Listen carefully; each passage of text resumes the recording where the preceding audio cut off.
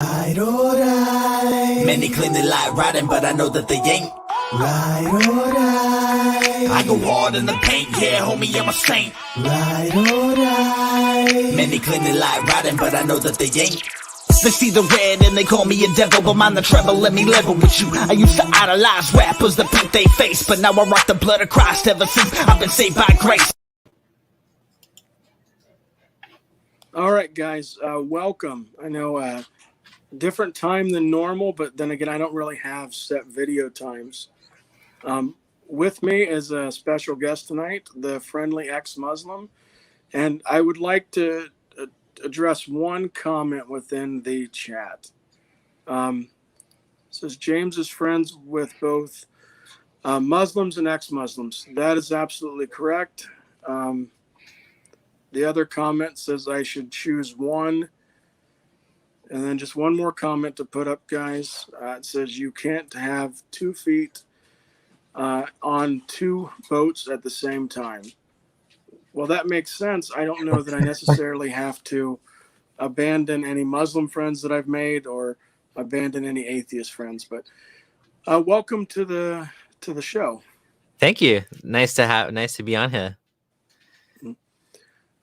And so we were talking, like, you've given your life story quite a bit, and there's some other videos, which will have you send me a link to that on your channel, and then I'll post that in the description so they can go and get some background. So, for example, we were going to talk about the Quran and some other things. Yeah. Have you heard of this concept of the eternal Quran? Yes. But by the way, even though I said I don't want to do the full interview story again, I don't mind giving a quick background. So in case people that don't know me would have an idea who I am. You want me to do that first? Sure. Well, let's do that, and then we'll go into the eternal Quran. So yeah. So I'm an ex-Muslim. I've been ex-Muslim for I guess around 6 years now. I was born in some not mainstream sect of Islam, a Shia Ismaili sect. I converted to Sunni Islam around the age of 18, and then I became very, very serious about Islam. And I created some major websites such as lightuponlight.com, verse-by-verse-Quran.com. So this became my thing. I was very I cared a lot about the religion until at some point I started to have doubts about the Quran. I started to have doubts about whether this role model was actually a perfect role model like I thought he was. And it all started with the mistakes that I thought were mistakes in the Quran, basically the science, the stories. And then I left Islam, and then that's my story in a nutshell. So I do care about this topic, which is why I talk about it. And I think what you said is true. You can have friends, you can have Muslim friends, non-Muslim friends. That shouldn't even be the determinant of whether I engage with someone or whether I'm a friend with someone. That type of thinking is tribal thinking, and I definitely don't want to live in a world where I would be judging whether I could be friends with someone based on whether they belong to a certain group or not, but rather on the moral character, on the values, on a common interest. And sometimes a common interest can be religion too. So that's understandable. If you want to have religious friends, there's nothing wrong with that. But if someone's a good person and you get along with them in every way, but they're not your religion, I would say that's a silly reason to exclude them from being a friend, because I think we're way past that stage now, especially living in a multicultural society. This is not in some countries, primarily some countries I've been to, like Muslim countries, like Egypt, you have a majority of Muslims, so you can kind of avoid that. Maybe there's some Christians there, but not that many. But here in Canada or America, you're meeting Hindus and atheists and Christians and Jews, and so there's a mix of people. So it's good to learn about other people's backgrounds, and there's nothing wrong with being friends with people. It's the Quran that says you shall not take from the disbelievers friends. That's the type of thinking we don't want, right? We definitely don't want that. So you wanted to ask me about, unless you have something else to say about this, you wanted to ask me about the eternal Quran? You mean the Lawh al-Mahfuz or something? Yes, because I've heard that there's 2 different positions. One, Shiite position that it was created, and then Sunni that it is eternal. Yeah, so if you want to get into a little bit more detail on the theology of the uncreated Quran, I would talk to Dr. Khalil Andani. He's a friend of mine. He's a professor of Islam. I think he studied at Harvard, and he goes into a lot more detail as to the different sects and what they believe. But what I was taught is that there is this preserved tablet, the Lohil Mahfud in heaven, that contains, the revelation, and it's considered uncreated. So it's almost like it has its own existence. It's not created by God. It's kind of, I don't know how that works exactly. It's kind of weird now that I think about it, but it's not created. So it's not God's speech is one of his attributes. So it's kind of like part of him somehow, which is also weird because the Quran, is obviously revealed over 23 years, and it dealt with situations in Muhammad's life. So it's kind of strange for it to be uncreated when, it's getting piecemeal. It's dealing with the Battle of Badr, the Battle of Uhud, Muhammad's wives getting into fights with him. Like, how does it make sense that this thing existed before the creation of the universe? It's like, it's such a weird thing to say, Yeah, because when I think about it, if it's eternal, and you would define eternal without beginning and without end, and God is also eternal without beginning and without end, then I think that there's never been a conceptual point where God did not always know about the Quran, which would mean that everything was always going to unfold. So then I start asking questions like, did God have a choice? Does this mean that the Torah and the Injil are eternal? And if they're not eternal, does that mean that God wrote the third book first and then went one and two after that?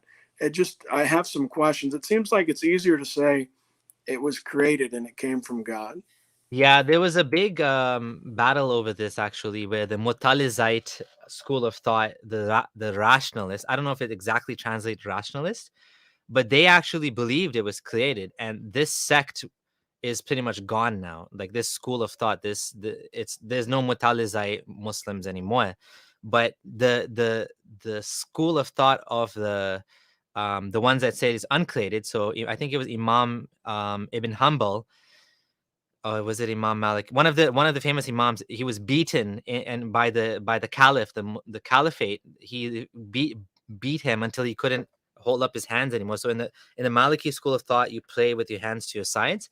And I might be getting some of the details mixed up, but the point is that there was like an inquisition, and basically the official position used to be what you said. It was uncreated, and then it became then for some reason, because the caliphate switched or something, and it became the opposite. So now the vast majority believe, I don't know anything about Shiism, but among the Sunnis, everybody believes it's uncreated pretty much. It's almost like nobody says it's created, right? And again, like you said, it is the Lohil Mahfud. I think it includes more than just the Quran. It says it has everything in it. So it's like all of anything that was gonna happen, like entire, like, you being born and I being born and what I'm gonna say to you today, and we're gonna talk about it. All of that's in the book. I think, if I understand that correctly, I believe that's what it is, not just the Quran. Yeah. So I guess we could put a pin on the logical problem of the eternal Quran and say that there are several different views. So for any Muslim watching, we're not saying that you're necessarily saying it's eternal. We're not saying you're necessarily saying it's created, just that that's the different views we're getting as we talk to different people. So when we look at the Quran's compiling, I find that a lot of Muslims that I talk to don't like, and this was what we were talking about when I just came on. I was in Clubhouse and I was talking with somebody, and sometimes the way they word it like there was a complete Quran written in Muhammad's life. But when you start looking into it, what they're actually saying is that there was fragment manuscripts everywhere, and that those were compiled, and they claimed that there was an oral memorization of these, and so they compiled them that way. Is that kind of the framework you were Yeah, talking? yeah. So again, I'm not an expert on this topic, but I think what you said is sounds correct to me, that there was, according to the hadith, they were written on the bones of the sheep, the shoulders of sheep, and on you know, they were like, you know, piecemeal. Some companions had this, some companions had that, and of course they also memorized them.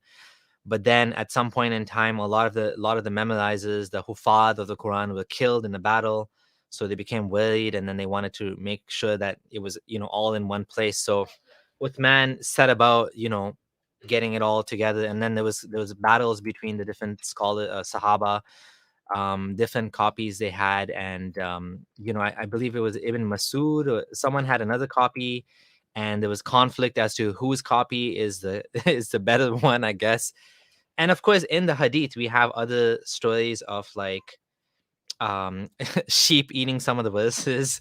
There's a surah of stoning, not stoning, breastfeeding, and there's a bunch of stuff is gone that used to be in the Quran. That's what the hadith says. So according to Sunni literature, now Shias, I think, would disagree with some of these hadith, right? They would say, but again, as a Sunni Muslim, yeah, it's kind of confusing to see things like that, because you're like, and Sunni scholars will say that's part of the theology. So they kind of made it part of Islam. So they're like, they'll say, for example, there's abrogated verses that were removed from the Quran. Then there's verses. Now this is the weirdest one. The ruling exists, but the verse was cancelled. So like stoning adulterers is still a thing, but the ayah from the Quran is gone. Like that's just bizarre. It's like, why would you remove the verse if you wanted people to keep doing it? You know what I'm saying? So it just seems very human. And one of my friends, Abdullah Gondal, has done a presentation on this, on the preservation of the Quran. It's on my channel. It's on the channel with Apostate Prophet as well, and Hez Sultan. He's done it multiple times. It's a great presentation that goes into some of the issues. I've done some videos as well on the topic. Again, not an expert, but like there's a lot of theological implications from, you know, that are caused by this issue, right? It just looks very human. The Quran looks very, very human. And then we can talk about one more thing, which is the variant readings. The variant readings actually, in my opinion, take away from the strength of the preservation narrative, because what we have is we have these variant readings which are like slightly different, and these slightly different readings are supposed to be also from God.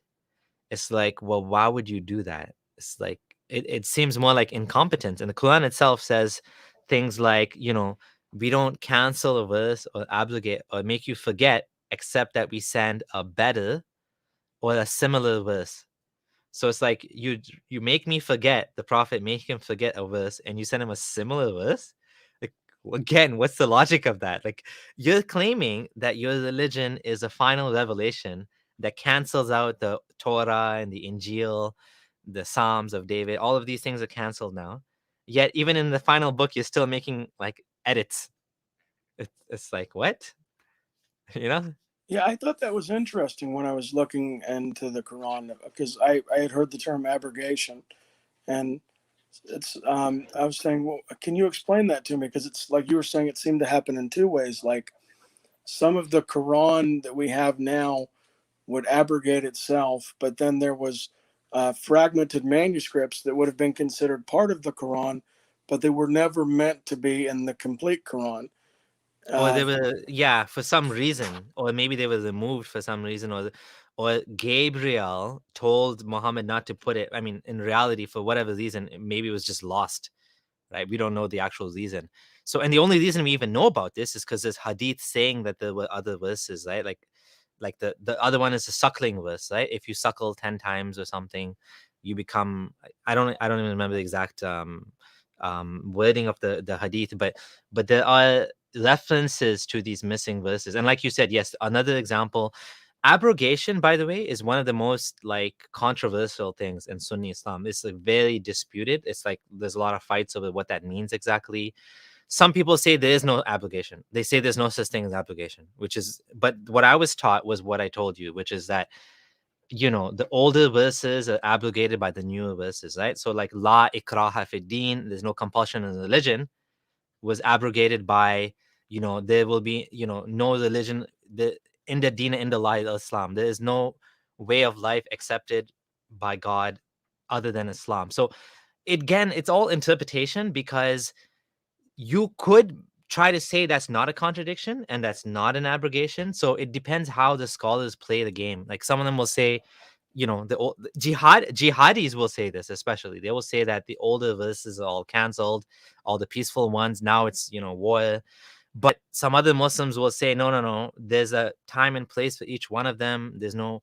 So abrogation is a very tricky thing, but it's a huge problem. It's a gigantic problem for the Quran, in my opinion, and for Islam.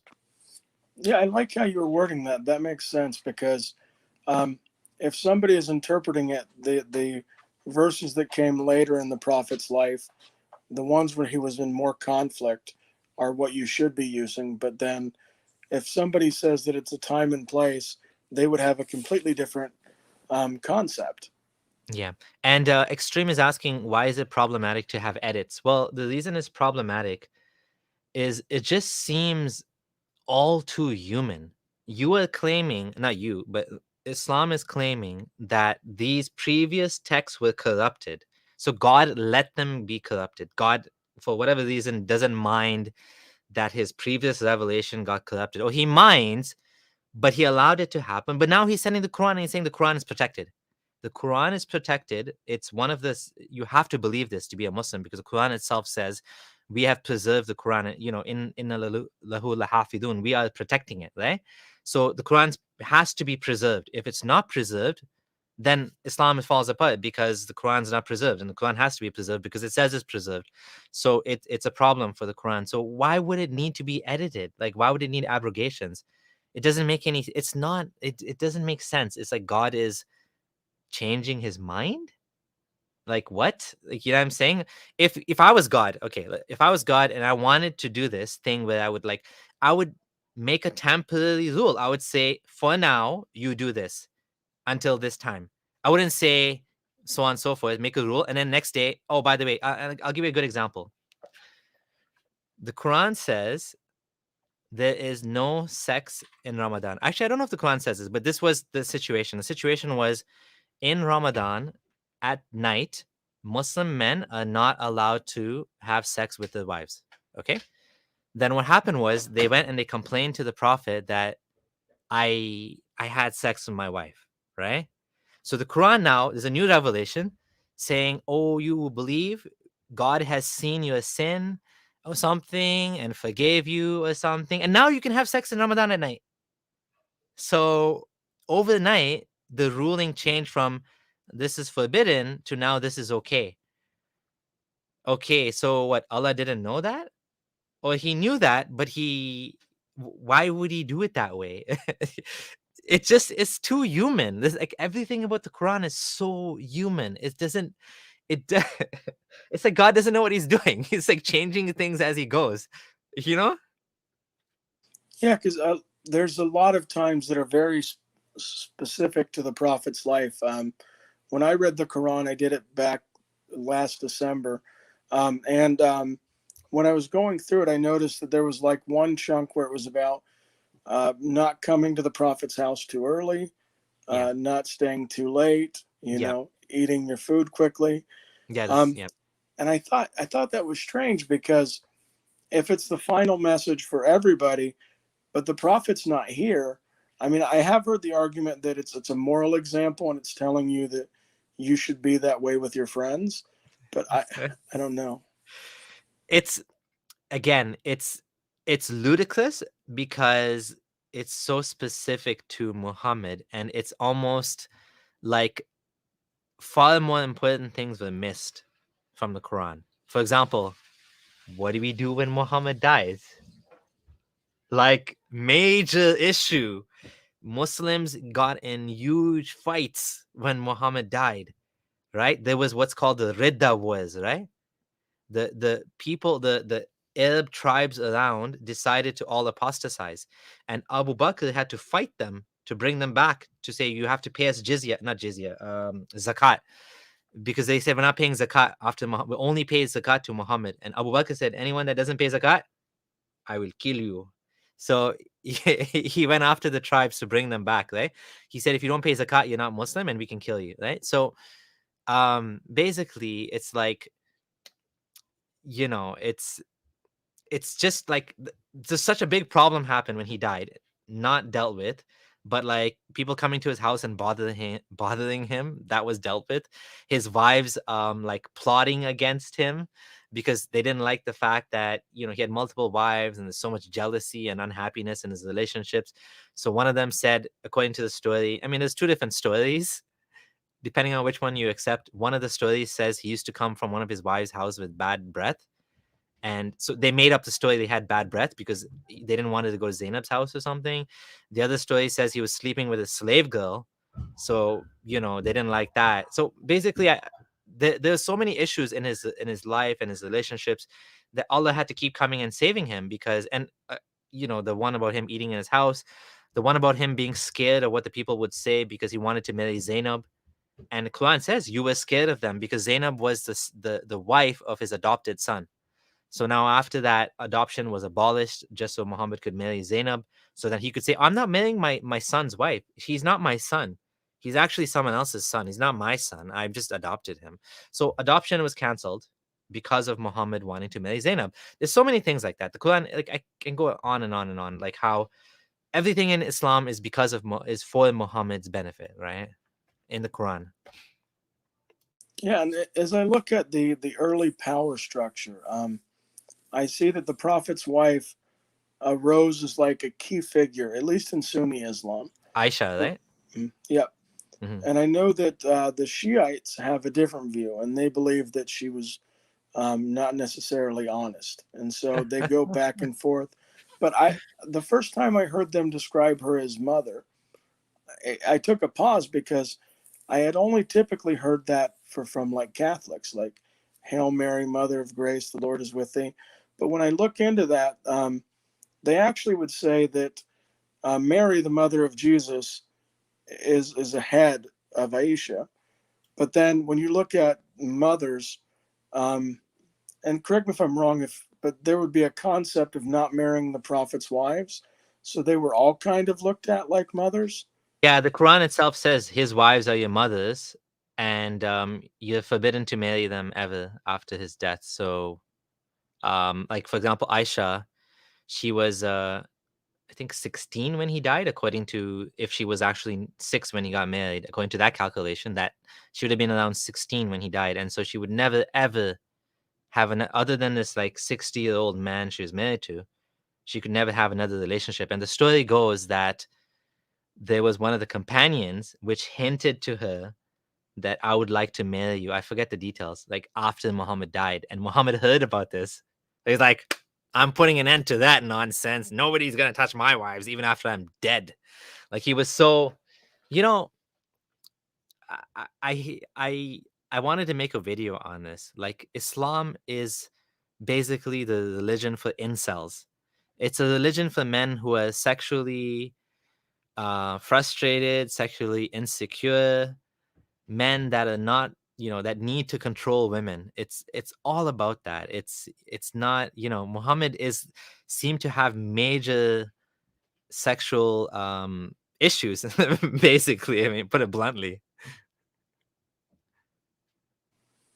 No, because I'm told things like 72 virgins in heaven, and then at other times I'm told it's a metaphor.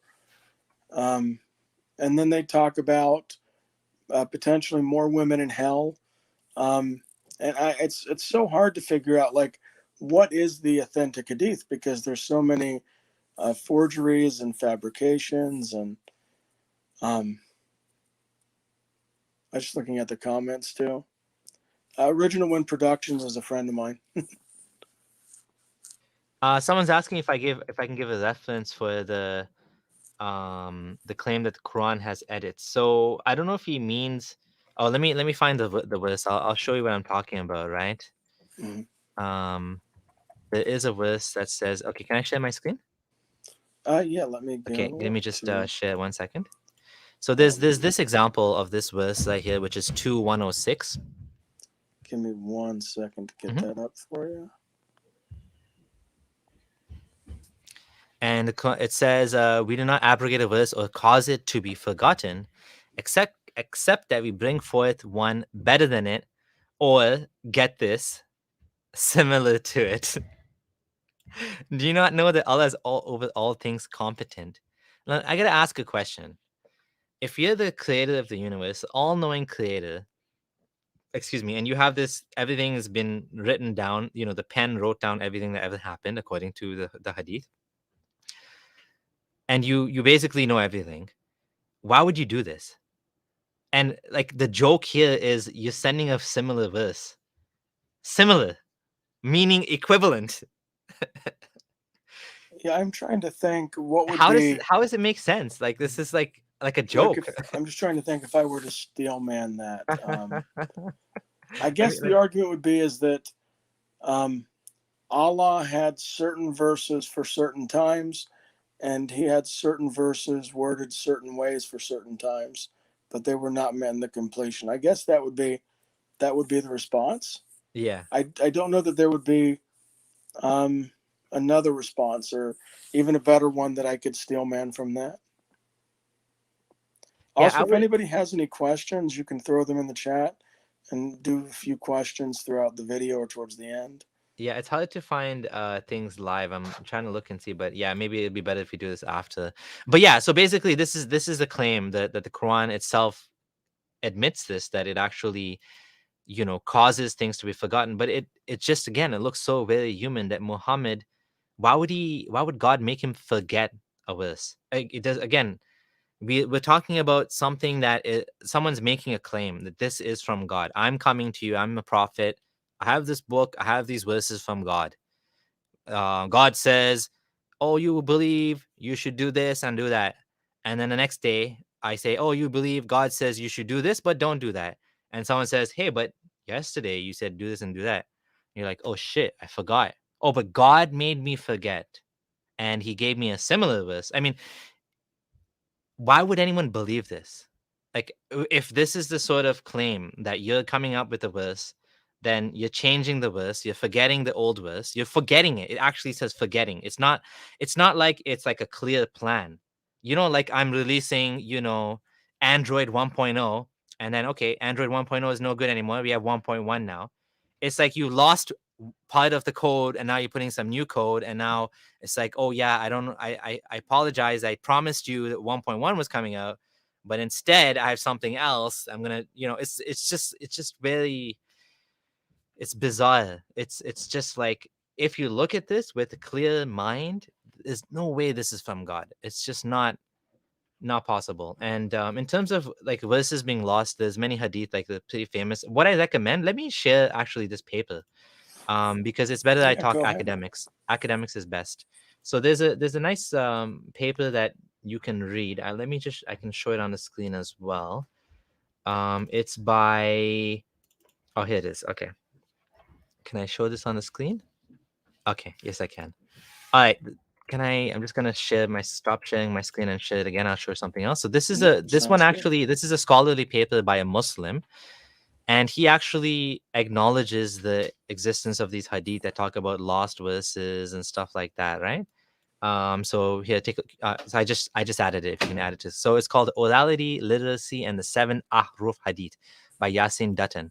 So this is a good read. It's not too long. It's like, how many pages is it? It's like, anyways, it's not too long. It's a good read. I think 49 pages. And I highly recommend, if anyone's interested in this topic. This is from a Muslim, so he actually says a few things that I would disagree with, and other scholars disagree. For example, Majin, when Putin, disagrees with some of the things he says. But this is like a Muslim that actually admits things like verses being lost and stuff like that, the different variant reading. So if anyone wants more details on this, this is an expert. Read his paper; it's great. Read a paper on the Sana manuscript and how, there's been evidence of like using ultraviolet radiation. They were able to find there was a subtext that was below the original text. So there's lots of, scholarly information about these things. Yep, and there's one comment in the chat I wanted to highlight. It kind of addressed something we addressed earlier on in the video.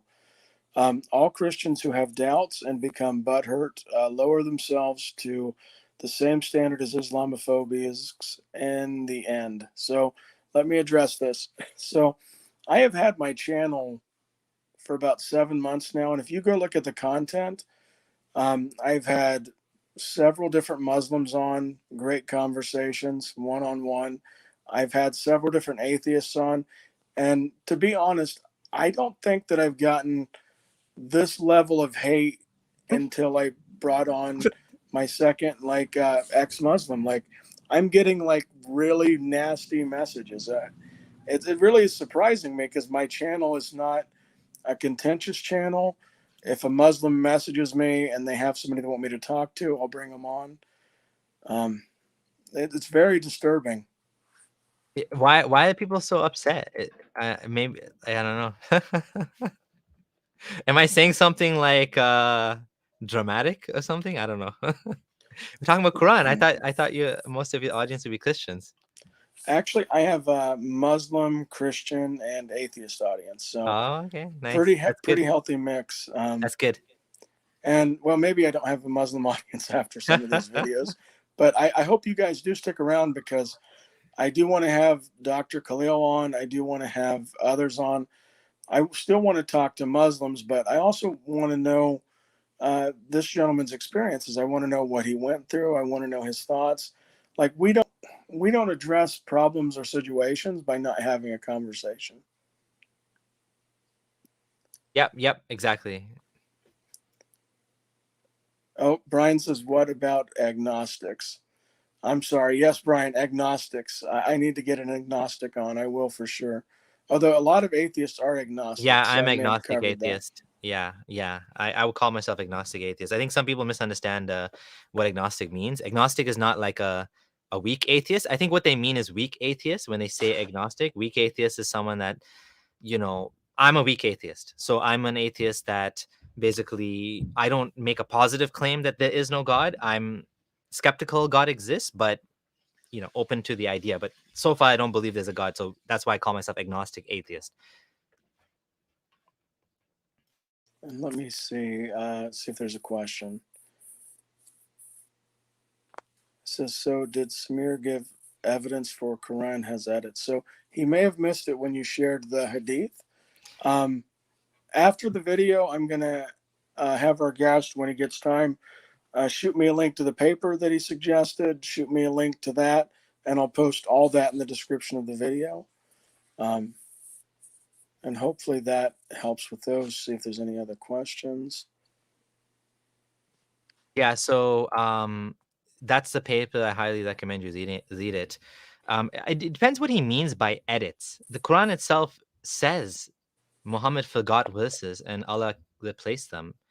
The Quran, if you're a Muslim, it seems like you're Muslim. If you're Muslim, then the Quran itself says the Quran was forgotten. Muhammad was caused to forget it. So, but of course, if you believe in Allah, let me give you an example. How about this?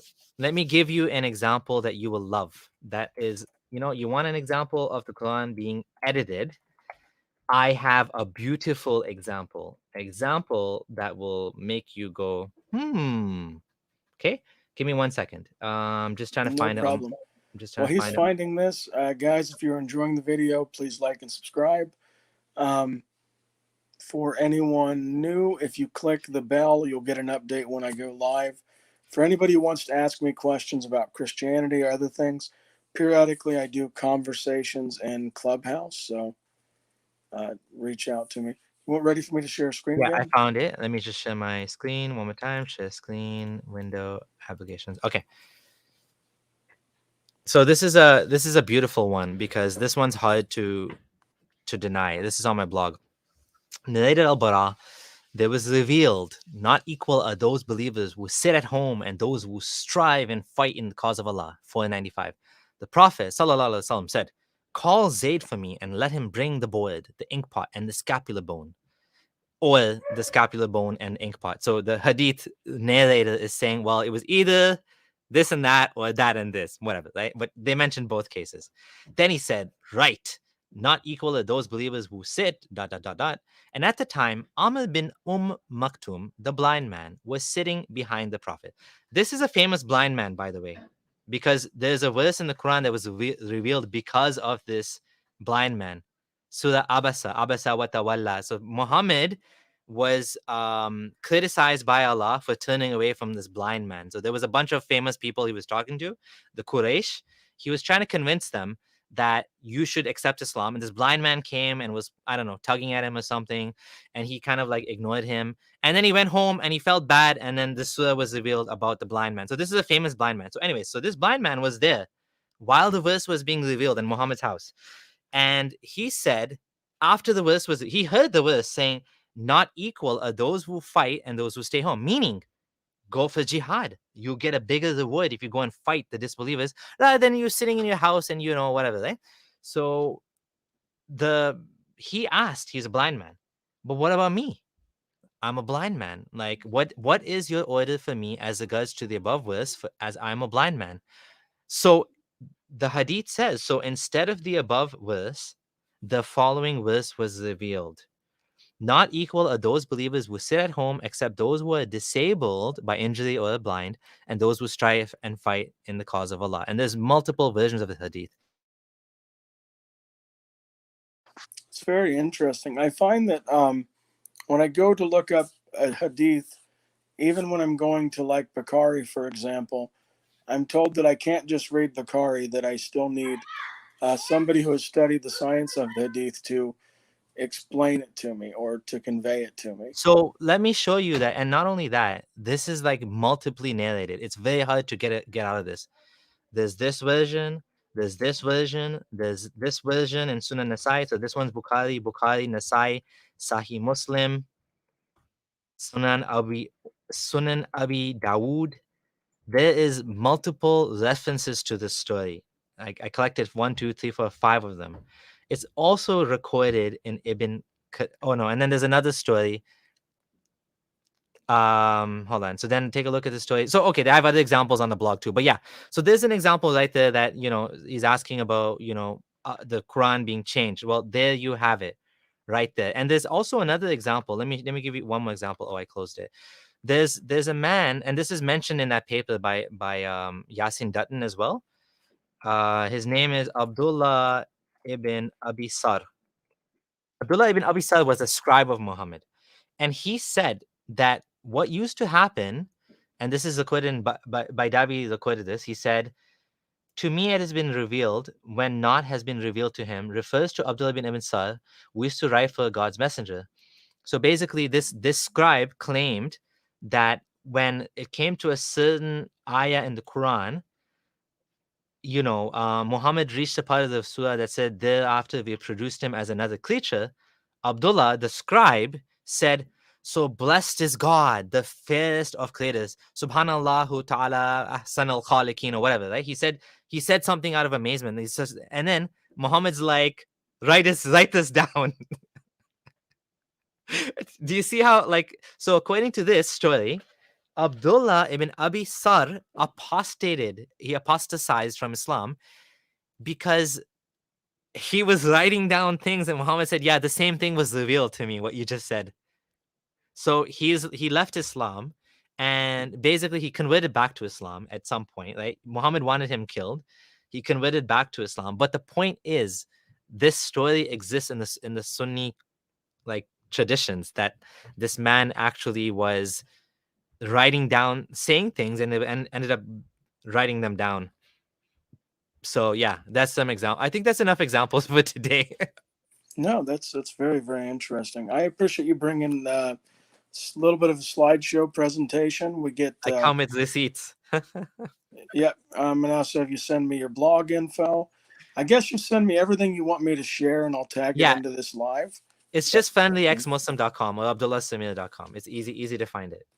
friendlyexmuslim.com. And so, other than when you're not talking about Islam, what are some of the things you like to do? So I'm a software developer by profession. I work in the software industry, so this is not my full-time thing. I basically do this because I believe in it and I care about it. But I'm into technology. I watch a lot of Netflix to chill. I have 5 kids, so I spend a lot of time with, you know, doing stuff like that. I'm learning how to cook. You said 5 kids. Yeah. I've got 3, and that's a handful. Yeah, indeed. So yeah, I'm a family guy. I spend a lot of time with the family, doing family stuff. Other than that, yeah, I'm learning how to cook. Trying to, I most of my relationship, my wife has always cooked, so I'm trying to like step up to the plate and do a little bit more on my own now and learn my own stuff. And today my daughter said my food was amazing, so I'm proud of myself. Yeah, I can cook very, very little. Most of what I do, my wife says, is just heating up. But there's a southern spaghetti recipe I'll give you. You get regular sauce, but you go get Hunt's ketchup Okay. and you mix it 50% ketchup, 50% sauce, and you cook it in the pan and then you serve it. It makes for a very sweet sauce. Just don't tell people that you put ketchup in it. Nice. See if there's any other questions. I do appreciate you joining me for the video too. Yeah. No worries. This is fun. And like I said, I enjoy doing this. So how's your experiences on Clubhouse? Tell me about that. Do you like the platform? Um, some ways I like it, some ways I don't. I'll give you like a short overview of what happened when I first went to Clubhouse. I started like going in there asking questions, and I had my hopes up that like I could talk to more people, but you end up just getting into rooms and people boot you, that they mute you, or they don't like your questions. And so what I do now is because I still want to learn Islam and I want to interact with Muslims in a respectful way, so I will go and I'll open up a room with a Muslim topic.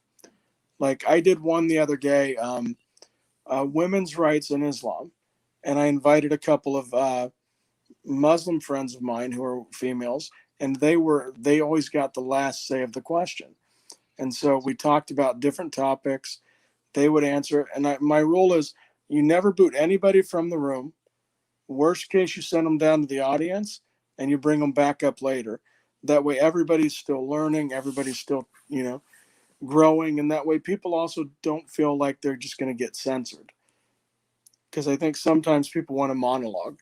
And I know you are in Clubhouse a little bit. Yeah, I mean, I was just playing around. One of my friends, Farhan Qureshi, another ex-Muslim friend, had invited me to check it out, and yeah, I got into a bit of a debate on morality with some Muslims on there. But yeah, they were like, these guys knew me from before, from Twitter and YouTube, so they were like, kind of, being in the beginning, they were being disrespectful and mocking. Like in one of my videos, I had misspoke one of these words. So the word palimpsest, I said it wrong. So some of these guys are like little, they act like little kids. So Farid responds, he made a point of pointing out that I said palimpsest wrong. Like that was part of his response video. Oh, look, he said this obscure English word wrong.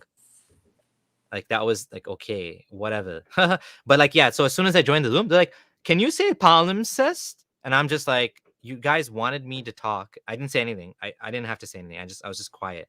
And then they like became a little bit better after that. But some of these people are like little kids, man. They're just like, they behave like little kids. So, if people are gonna be like that, then I'm not gonna hang around. I did that one time, and it motivated me to make a video on morality, which is good. So I was happy about that. But yeah, I think the thing I don't like about Clubhouse is there's no way to like, unless you create like a back channel, there's no way to like at least type comments. It'd be nice to at least like right now, me and you are talking, people are commenting, we can actually and engage with them. But on Clubhouse, there's no way to do that. They probably did that purposely. And I've, like I said, I've been there once or twice. I thought about making a Zoom and stuff, and I was invited by some ex-Muslims from the Middle East to talk, and that was fun. But then some cyber jihadis came and shut down the room. They hacked it. They somehow hacked it, and they were putting some jihadi nasheed, Allahu Akbar, and like shots, sounds of shots and stuff, and so they had to shut down the room. But it was a good conversation. We had a good 2-hour conversation on the anyways, yeah, so I think it has its pros and cons. Let's see how it goes. It's good to have more platforms because honestly, I don't like YouTube or any platform having a monopoly. It's good that there's alternatives out there.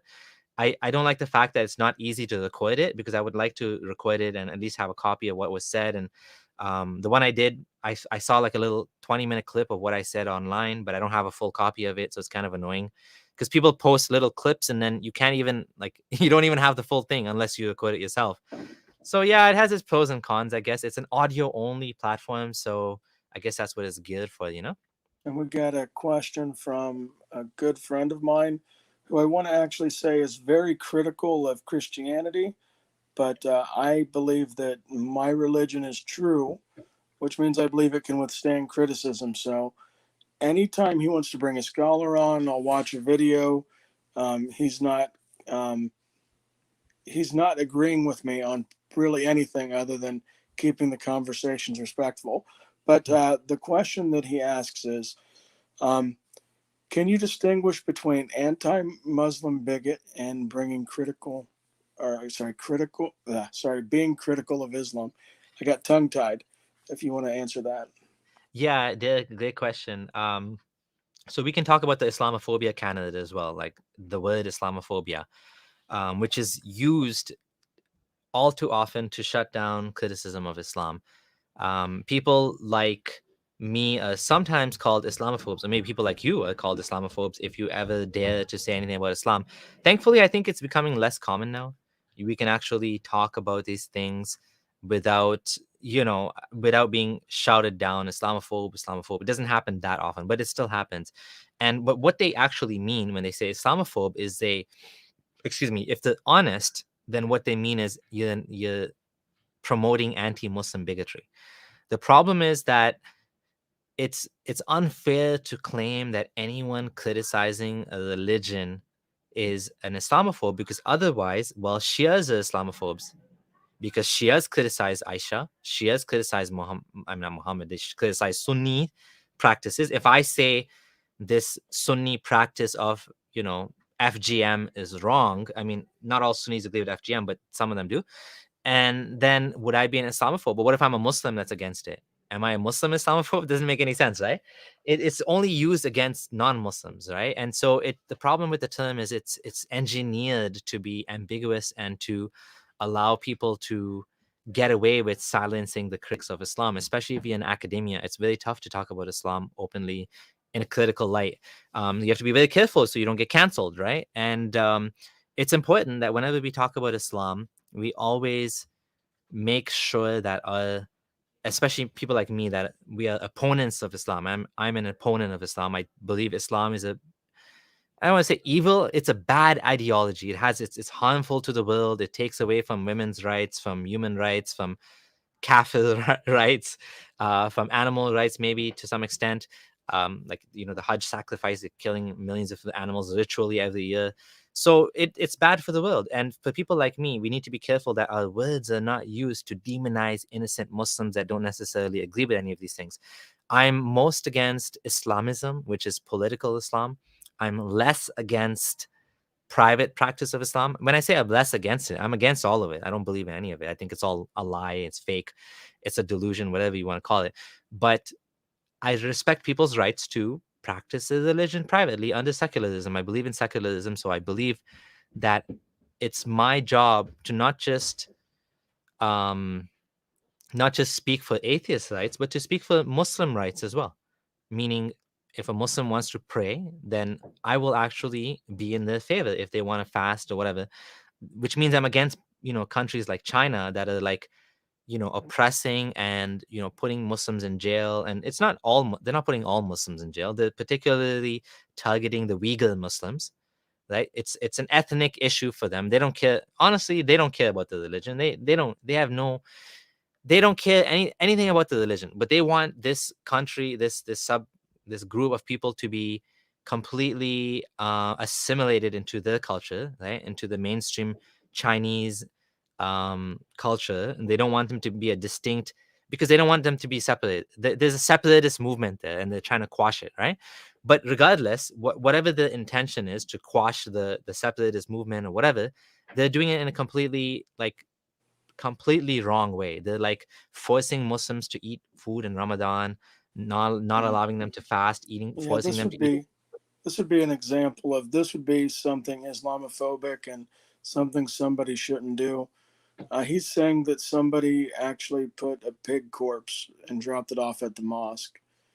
Yeah, that would never be okay. That would be a clear a clear example of Islamophobia. Um, Yeah, yeah, it's anti-Muslim bigotry, and it was just straight up hate, right? Muslim hate, like hatred towards Muslims. Obviously, like I said, I would respect the rights of a mosque to worship Muslims to worship at the mosque. Right? Nobody should throw a pig head at the mosque. That's it's like putting a swastika on a synagogue or something. Obviously, that would be wrong as well. But I have a problem with this special word called Islamophobia. Like if someone put a swastika at a Jewish temple, we would say anti-Semitism. But there's no word for like anti-Hindu hate. There's no word for anti um Christian hate, Christianophobia. There's no Christianophobia. I just looked that up. There's actually Christophobia is the actual term, and then there's atheophobia, I think, But is like the for atheism. nobody says this. Like these are like Mm, probably like obscure. These probably came about after Islamophobia. I wouldn't be surprised if these are like jokes. Like yeah, mm. Hindu phobia, Because I Christ. always wonder, I always worry sometimes that like we sometimes throw out words and we catch too big of a net. Like we're like, he's a bigot, or you've heard people say Hitler. Here's Hitler. Here's Hitler. But Yeah. the thing is, if everybody's Hitler and everybody's a bigot and everybody's a phobic, then when you look at it like, and we actually have somebody who's really doing like what Hitler did, or somebody who really hates people. Because I mean, I don't hate anybody, but I just disagree with people on religion. And Hmm. so we have these conversations because I really do believe that that there's truth out there, and that truth will rise above. But you have to let truth stand on its own. If truth can't stand on its own, then it's not true. Yes, yes. Yeah, and just one there's a comment, one of the comments says basically what I agree with this, that nobody says you should be okay with like pig heads being thrown at your mosque or something, or windows being smashed at your mosque. I just literally said Muslims should have the right to worship and to pray. And I've made videos supporting Muslims. Muslim girl that was kicked out of a soccer team for wearing hijab. I made a video supporting her. I have no issue with a Muslim girl wanting to wear hijab, except that I hate hijab. Now some people are going to be confused. I hate hijab. I think it's oppressive, misogynistic. I think it's unnecessary. I think it's stupid. And I hate it. I just hate it. But if you want to wear it, I will support you. And I will actually, if someone called me up and said, should Muslim women be forced to take off hijab? I would say, hell no. Why would I force them to take it off? Like, that's their choice. I want them to take it off if they want to. I will support them and I will show them why this is an idiotic, stupid piece of cloth that dehumanizes you and over sexualizes you, even sexualizes children. They even put it on kids. But if you want to wear it, go ahead. I mean, if you want to do cosplay, if you want to dress up as Sailor Moon or Bugs Bunny, like why would I be okay with someone dressing up as Bugs Bunny but not hijab? I mean, it's to me, it's make believe. You're making believe with your God. You're pretending you're like some holy person by doing this. Then go ahead. I mean, I think it's dumb, but um, at the same time, because I believe in freedom of religion and freedom of expression and the right to self-determination, I will definitely support their right to do it, even though I don't like it. And shall I answer one more question? Extreme has another question for me. Lots of questions. Maybe you should get him to come on the show. We can actually talk to him. You're muted. Thank you. I keep making. Maybe when I get through my first year on YouTube, I will get better about this. Oh, Uh, it's fine. Yeah. so Extreme, I'm going to put that question up, and what I want to say to Extreme is, I'm on Clubhouse, and so is Samir. So if you would like, go to Clubhouse, join it, look for James Gibson. You'll see a lot of other Muslim friends you can talk to, and then I would love to have a conversation with you. So why do I hate hijab? As another question, and then I'll answer this. Because we're talking about hijab, just to stick on the topic for a little bit longer. And the reason why I hate it is because it robs you from your life. like I've uploaded videos where there's a Muslim YouTuber, her name is Tazi Faye, and there's another Muslim YouTuber called Dina Tokyo. You should listen to these Muslim women talk about how hard it is to wear hijab and how difficult it is. And she said, Tazi Faye said she got hair loss from wearing hijab because it affects your circulation. There was recently a Muslim woman, I made a video. She talked about how she was on the beach and she was all alone on the beach, so she took off her hijab. And she said she felt the wind blowing in her hair and she started crying. She said it was such a beautiful, she said, is this what it's like to not wear hijab? Is this what I'm missing? And then she said, actually, I'm doing it for Allah. And she reminded herself why this is important. And then she put the hijab back on and she went home. But the fact is that Islam, and by the way, hell yeah, I'm emotional about this. I am freaking emotional because I think Islam is bad. It robs you from your one and only life that you have. It makes you into a slave of Muhammad. You will become a slave of Muhammad's desires. You are living a less than ideal life because nobody says hijab is a joy. People, I mean, nowadays some people might say that. Okay, hold on. I should I should hold off on that. Some people will say hijab is empowerment and stuff like that. But the fact is, anyone that knows any Muslim women that wear it, it's difficult. It's a sacrifice. And even Muslim women will admit it's a sacrifice. I'm making the sacrifice for God. But it's not necessary. It's a lie. And so I will, I will fight this hijab. And look at Iran. It's even worse if it's not a choice. I mean, for sure, if it's a choice, it's up to you, even though I think it's bad. But like for sure, it's bad in places like Iran, where, I mean, I just tweeted a video today of an Iranian girl, a woman, being harassed by two men outside her car saying, put on your hijab. And she's like, leave me alone. What's your problem? They're like, you have to cover. She's like, why do I have to cover? This is I'm in my car. It's my choice. It's my, like, no, you have to cover. This is Iran. You have to wear hijab. And then the police came and they took her car. They impounded her car. So what the heck? Like, is this right? And if those of you that say hijab is good, but this is not okay to force it, well done. Let's continue. Let's make it a free choice for all Muslim countries, right? And those of you who say it's not a choice, then I'm completely against you. I think, yeah, this is probably a great point to kind of end on as we're getting ready to end the video. There's a lot of misconception even in the chat. So when we're saying like for me, I'm a Christian. I like more conservative style dress because I think that it values the woman. It doesn't over sexualize her. But when it comes to the hijab, I wouldn't want like to have my daughter be made to wear it or my wife. But if that's your choice, then absolutely. Like I'm wearing this god ugly colored shirt online right now. He's wearing a nice dress shirt. I want to allow him to wear his dress shirt, and I'm sure he doesn't care that I wear this. And the same way when it comes to the hijab, if you are a Muslim woman and you want to wear it, you should have every right to wear it. I think what we're saying is that it should be your choice, though. Yep, that's right. And just to quickly respond to that point about why nobody calls themselves ex-Christian, I think they do. I think it's just silly to say there's no such thing as ex-Christian or ex-Jew or ex-Jehovah's Witness. I've interviewed ex-Jehovah's Witness, ex-Mormon, and ex-Catholic on my channel. I mean, they call themselves that. The ex-Muslim thing is a label that's being used on purpose. I agree that identity politics is not ideal, but many people have I'm getting distracted by the comments. Okay, many people. Yeah, just look away from the comments. Okay. And then I'll tell you something funny after that. Yeah. There's X's of all types of people. I think it's the label is used purposely because some people don't even know you can leave Islam. I've heard people say to me that I never heard about ex-Muslims, and then I heard about ex-Muslims, and I'm like, wow, there's lots of people like that left Islam. So, the term is what it is. I wouldn't worry too much about it, you guys. It's just none of them identify as X. They all call themselves atheists. Like, now I've spoken to people that call themselves ex-Jehovah's Witness, ex-Mormon. There's a big Reddit forum called ex-Mormon. Look it up yourself. I mean, whatever. You can call yourselves whatever you want. Yeah. Screw you.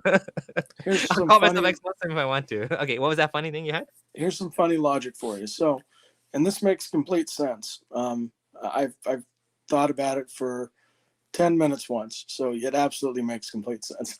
So everybody is born a Muslim according to the Islamic faith. Yeah. So my child, before she reaches the age of reason, and my son, before he reaches that, he is considered a Muslim.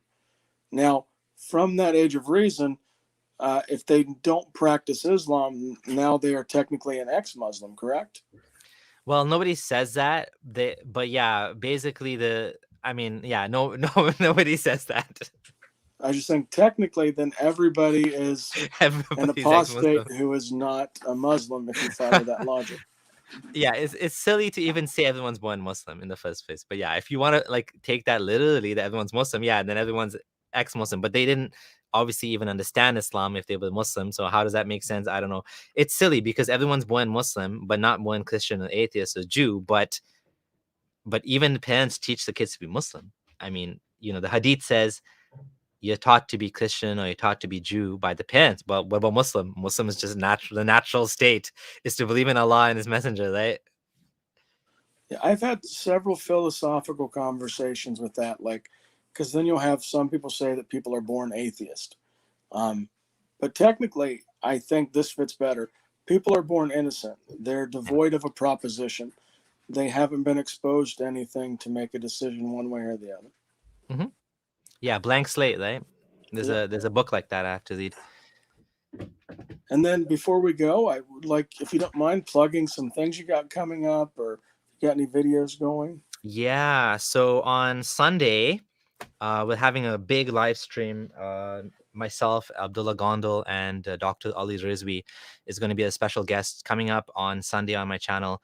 It's going to be the Epileptic Prophet Part 2. So we are doing a deep dive into Muhammad's brain, deconstructing his mind, showing the evidence that he had most likely temporal lobe epilepsy and how this fits in, how the descriptions of Muhammad, how what he said, how his, the type of things that he came up with, the Quran, for example, other people in history that had similar issues and how we can connect it, what famous neurologists said about Muhammad. All of this is coming on Sunday night, Eastern time, Sunday night. So might be a different day or night for someone else. But yeah, that's coming up on the channel on Sunday. So yeah, that's the next big thing that we're going to be doing. No, and once again, thank you for coming on. I'm sure I'll think of some more questions for some time later. Definitely recommend people go to your channel. I'll kick the outro. I'll chat with you for a small minute after. And then everybody in the chat, thank you. Bye, everyone.